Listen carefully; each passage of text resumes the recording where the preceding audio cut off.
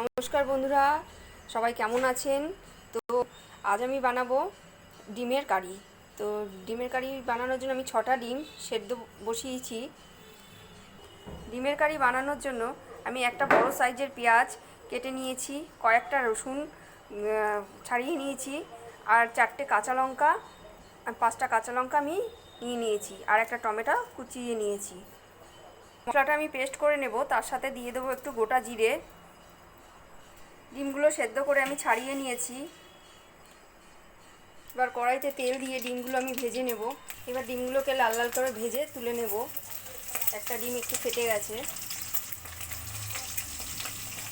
এবার তেলের ওপর মশলাটা দিয়ে সামান্য মিক্সি ধোয়া জল আমি দিয়ে দেব। বেটে রাখা মশলাটা আমি দিয়ে জল দিয়ে দিলাম। এবার পরিমাণ মতো নুন হলুদ দিয়ে দেব। নুন হলুদ, মশলা থেকে তেল ছেড়ে গেলে ডিমগুলো দিয়ে ভালো করে কষিয়ে সামান্য পরিমাণ জল দিয়ে দেব। এবার ভেজে রাখা ডিমগুলো দিয়ে দেবো।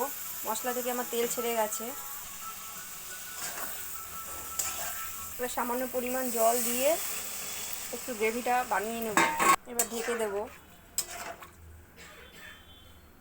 ডিমের কারি আমার একদম রেডি। এবার একটু গরম মশলা দিয়ে নামিয়ে নেব। ডিমের কারি আমার হয়ে গেছে বন্ধুরা।